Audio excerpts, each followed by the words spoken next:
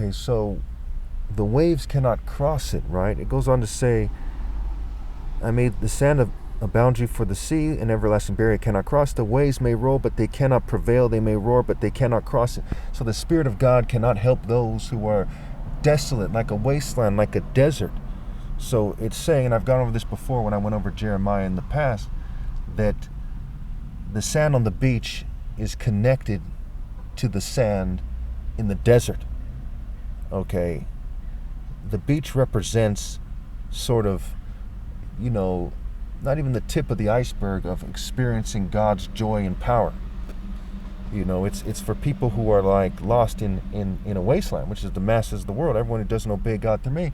And they kind of feel that breeze, they feel the waves, they experience a certain natural satisfaction and pleasure and joy. Okay, and it's supposed to inspire them to do what's right and so on and so forth. So again, the sand connects to the desert and set. The sea is the idea of the spirit of a people, and some components are nations, multitudes, and language, some components of that spirit. So the evil are separated from those who have life, as it is the message of the sky as well. Okay, where the sky is more pure, right? It reflects the ocean. So it reflects the heavens. The heavens, the water is connected to the sky. It's connected to the idea of the essence of the sky. The essence of God putting something there that's divine and fulfilling and worthwhile for those who obey God.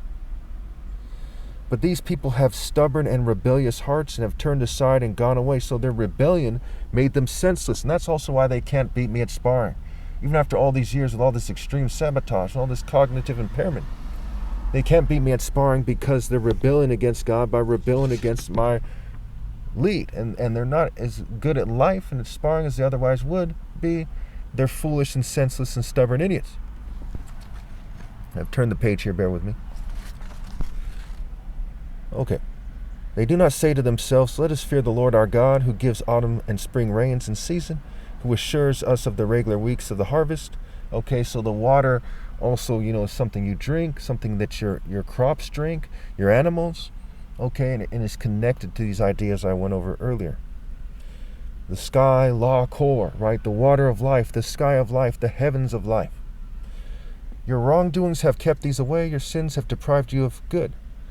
Among my people are the wicked who lie in wait like men who snare birds, and like those who set up traps to catch people. Like cages full of birds, their houses are full of deceit. They have become rich and powerful.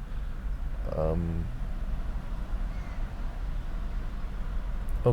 have grown fat and sleek. Their evil deeds have no limit. They do not seek justice. They do not promote the cause of the fatherless. The case of the fatherless, They do not defend the just cause of the poor. I just kind of adjust my mask there. So basically it's saying, their wrongdoings kept them from the Spirit of God, and that includes cheating me out of my right to lead. See Proverbs 16:12, Proverbs 16:10 through 12. Right, the divine verdict is with me. The throne is established in righteousness, right? The true throne of God, not a mere throne of this world, what have you. So it says they're catching these people like, saying a female's a good catch.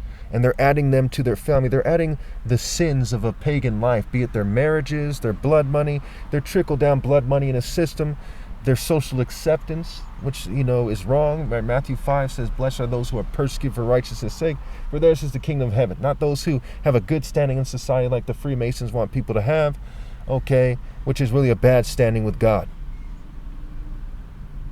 It's a corrupt society. I shouldn't have to explain that to you. Okay.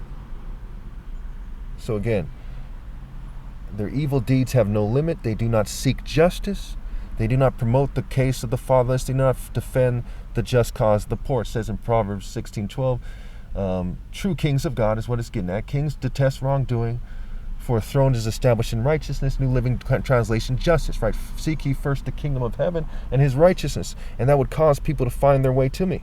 And we see people who are comparable to other people all over the world who live here in California, a very multicultural place, for the unnecessary overkill that shows you that I'm right. You see that pattern of teaching, that pattern of proof, etc. Should I not punish them for this, declares the Lord? Should I not avenge myself on a nation such as this? A horrible and shocking thing has happened in the land.